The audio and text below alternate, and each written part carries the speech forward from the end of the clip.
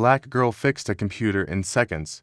Engineers couldn't believe it. You don't belong here, little girl. So why don't you go back to wherever you came from before you touch something you can't afford to replace? The engineer in the crisp white shirt said to 13-year-old Amara Johnson as she stood frozen in the lobby of Titan Technologies, her heart pounding so hard she could feel it in her throat, while a group of men in expensive clothes laughed at her like she was nothing more than a joke that had wandered in from the street. Amara had won a district-wide science competition to earn this tour of Atlanta's most famous tech company, had worked for 6 months on a project that impressed every judge who saw it. And yet here she stood in her best dress that her grandmother had saved 3 months to buy, being told by a stranger that she did not belong in a building full of computers when computers were the only thing in the world that had ever made her feel like she mattered. The other students on the tour, mostly white kids from wealthy private schools, shifted uncomfortably and looked away, and Amara felt the familiar burn of shame and anger that she had learned to swallow so many times before, because showing emotion only made people like this man feel more powerful. Amara had grown up in the Bankhead neighborhood of Atlanta, in a small apartment where the heat sometimes did not work in winter and the air conditioning never worked in summer. Raised by her grandmother Dorothy after her mother died in a car accident when Amara was only 4 years old. Her father had left before she was born, a man she had never met and knew only from a single photograph her grandmother kept hidden in a drawer. And money had always been tight in their household despite Dorothy working 2 jobs to keep food on the table. But Amara had discovered something magical when she was 8 years old, when a church donation drive gave her a broken laptop that most people would have thrown in the trash, and she had spent 3 weeks teaching herself how to take it apart, understand every component, and put it back together until it worked better than new. From that moment on, computers became her escape from the hard parts of life, her window into a world where logic and skill mattered more than zip codes and bank accounts. And she had taught herself everything from coding to hardware repair, free videos and library books, while other kids her age were playing games or scrolling social media. The tour guide, a young woman named Patricia who seemed genuinely embarrassed by her colleagues' behavior, quickly stepped between Amara and the rude engineer, apologizing and explaining that all the students were honored guests who had earned their place through academic excellence. The engineer, whose name tag read Marcus Webby, Senior Systems Engineer, rolled his eyes and walked away muttering something about diversity programs ruining the industry. And Amara watched him go, with a quiet fury building inside her chest that she had learned to hide behind a calm face. Patricia led the group deeper into the building, through hallways lined with servers and offices full of people staring at screens. And Amara drank in every detail with hungry eyes while the other students looked bored and checked their phones. She noticed things that the tour guide did not point out, like the way certain cable connections were inefficient, or how the cooling system for the server room was positioned incorrectly, and she filed away each observation in her mind like pieces of a puzzle she might someday get to solve.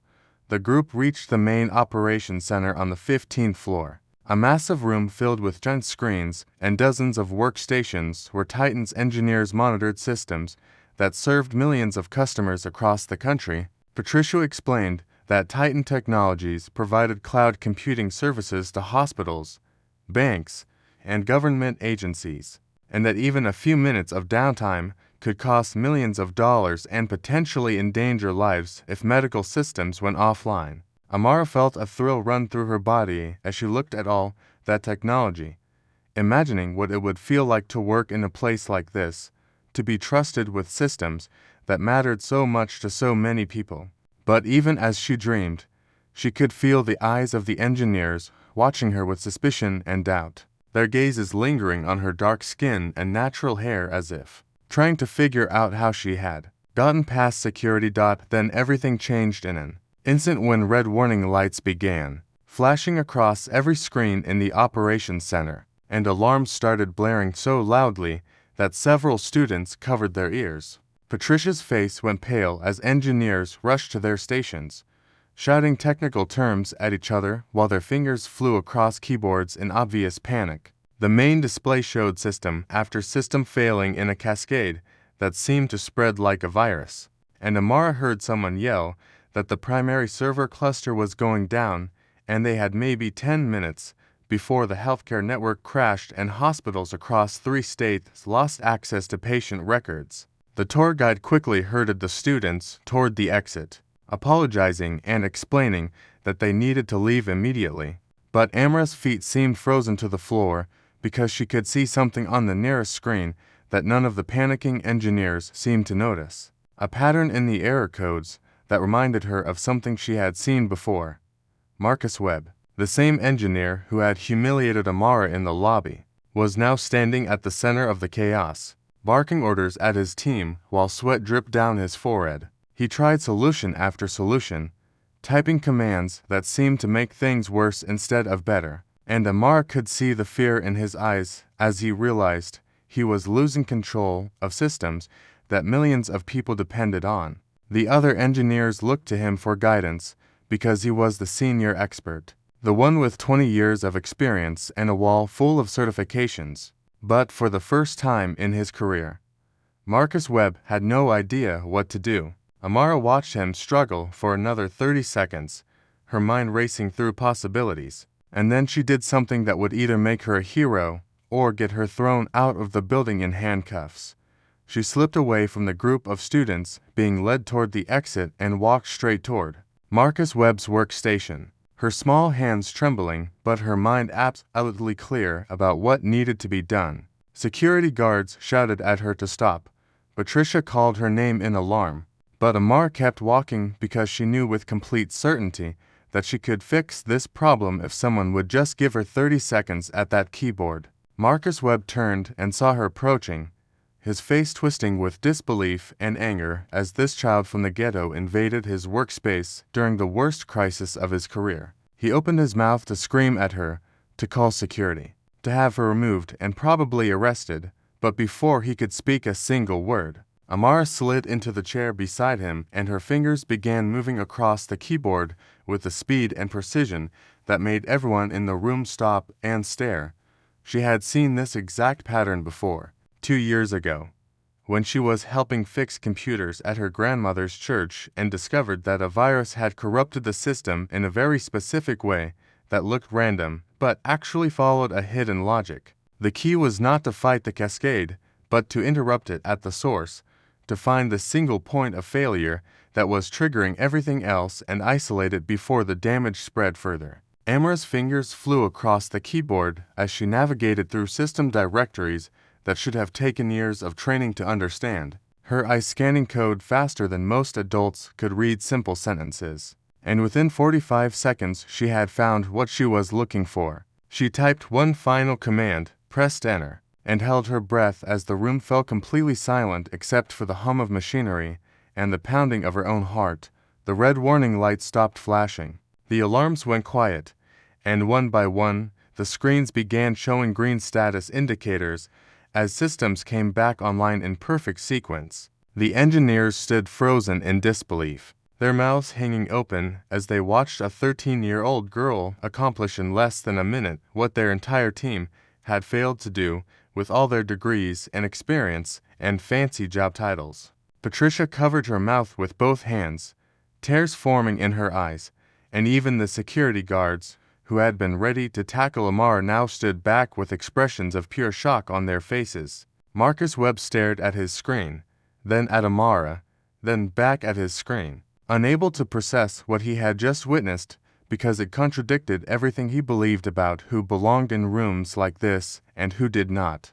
But Amara was not finished, because as she had worked to stop the cascade, she had noticed something else, something that made her blood run cold. The system failure had not been caused by a random virus or a technical glitch. It had been triggered deliberately by someone with inside access, someone who knew exactly how to make the failure look accidental while covering their tracks. She pulled up the hidden logs she had discovered, the ones that showed unauthorized access to the financial systems occurring at the exact same time as the cascade began, and she projected them onto the main screen so everyone in the room could see what she had found. The room went even more silent, which Amara had not thought possible. As the engineers read the logs and began to understand that this crisis had been manufactured as a distraction while someone stole millions of dollars from Titan's client accounts. The twist that changed everything came when Amara traced the unauthorized access back to its source and discovered that it originated from a workstation in this very room. A workstation that belonged to Marcus Webb himself. She turned to look at the man who had mocked her in the lobby, the senior engineer with 20 years of experience, and she saw the color drain from his face as he realized that his secret had been exposed by the same child he had tried to chase away. Marcus had been embezzling money from Titan for 3 years, using his technical expertise to hide his crimes, and he had triggered today's crisis specifically to cover a larger theft he had planned to complete during the chaos. He had never imagined that anyone could stop the cascade he had engineered, let alone trace it back to him, and certainly not a black girl from Bankhead who he had assumed could barely read. Marcus Webb made a desperate move, lunging toward the keyboard to try to delete the evidence before anyone could stop him, but 3 security guards tackled him to the ground before he could take 2 steps. He screamed that the logs were fake, that the girl had planted evidence, that this was all a setup designed to frame him. But his protest sounded hollow and pathetic as more engineers examined Amara's findings and confirmed that every piece of evidence was genuine and unaltered. The police arrived within minutes, alerted by Titan's security team, and Marcus Webb was led away in handcuffs while the same colleagues who had respected him for 2 decades watched in stunned silence. Amara sat quietly at the workstation, her hands shaking now that the adrenaline was fading. As the reality of what she had just done began to sink in and the weight of it pressed down on her small shoulders, the CEO of Titan Technologies, a tall black woman named Dr. Angela Foster, who had built the company from nothing 30 years ago, came down from the executive floor to see the girl who had saved her company from disaster. She walked through the operations center, past rows of silent engineers, until she stood directly in front of Amara with an expression that mixed wonder with something that looked almost like recognition. Dr. Foster asked Amara to explain exactly what she had done, and Amara walked her through the process step by step, showing her how she had identified the pattern, interrupted the cascade, and discovered the embezzlement scheme. The CEO listened with growing amazement, asking technical questions that Amara answered without hesitation, and when the explanation was finished, Dr. Foster did something that nobody in the room expected. She pulled up a chair and sat down next to Amara, eye to eye, and told the girl that she reminded her of herself more than 40 years ago, a young black woman from a poor neighborhood who had been told 1,000 times that technology was not for people who looked like her. Dr. Foster explained that she had started Titan Technologies in her grandmother's basement with a single-used computer and a dream that refused to die, and that she had faced the same doubt and mockery that Amara had experienced in the lobby just an hour ago. She told Amara that the world was full of people who would try to make her feel small, who would question her abilities based on her skin color, or her neighborhood, or her gender, but that the only opinion that truly mattered was the one Amara held about herself. The news of what Amara had done spread through Atlanta like wildfire, then across the country as tech blogs and news stations picked up the incredible story of the 13-year-old girl who had outperformed a room full of professional engineers and exposed $1 million theft in the process. Reporters camped outside her grandmother's apartment building. Neighbors who had never paid attention to her before suddenly wanted interviews and photographs, and Amara's phone buzzed constantly with messages from strangers who said she had inspired them to believe in themselves. Her grandmother Dorothy cried for 3 hours straight when she heard the full story, holding Amara tight and thanking God for blessing her granddaughter with such extraordinary gifts. The photograph that Dorothy had kept hidden in her drawer, the one showing Amara's absent father, stayed in that drawer because some things were better left in the past when the future looked so bright.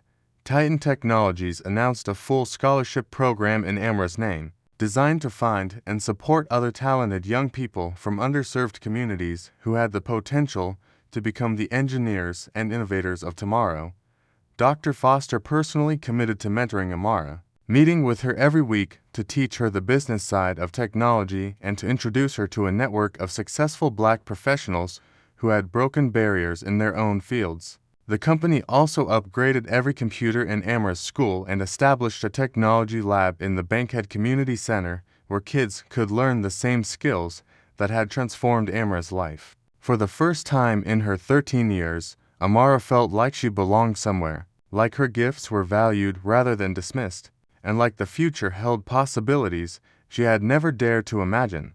But Amara never forgot where she came from or the struggles that had shaped her, and she made a promise to herself that she would use her success to lift up others who were still fighting the same battles she had faced. She started teaching free coding classes at her church on Saturday mornings, helping kids who reminded her of herself learn the skills that could change their lives. She visited schools in poor neighborhoods across Atlanta, standing in front of classrooms full of Black and brown children and telling them that their circumstances did not define their potential. And every time someone looked at her with doubt or surprise, every time someone underestimated her because of how she looked or where she came from, she remembered the feeling of those keys under her fingers as she proved an entire room of experts wrong, and she smiled. 5 years later, -1-year-old Amar Johnson stood at a podium in the Titan Technologies headquarters, addressing a crowd of investors, engineers, journalists, and most importantly, 300 young students from schools across Georgia who had won scholarships through the program that bore her name. She was about to start her freshman year at MIT on a full ride, the first person from her neighborhood to ever attend that prestigious institution, and she had been invited back to Titan to share her story and inspire the next generation of dreamers.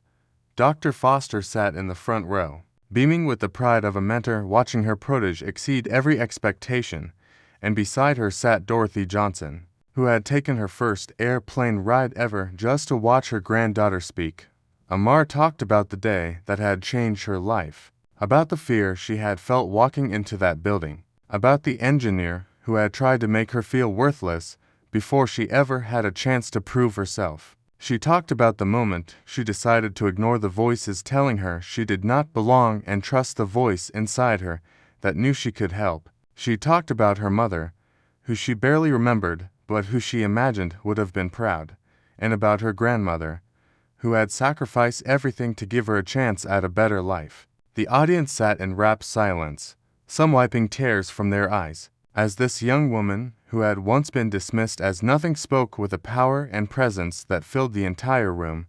She concluded by looking directly at the young students in the audience, the Black and brown faces that reminded her so much of her own reflection 5 years ago, and she told them something that she wished someone had told her when she was their age. She said that the world would try to put them in boxes, would try to tell them what they could and could not become based on things they could not control.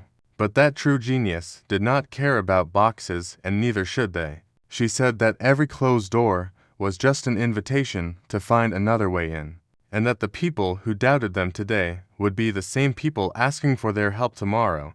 The size of your circumstances can never limit the size of your gifts, because talent does not care where you come from, only where you are willing to go.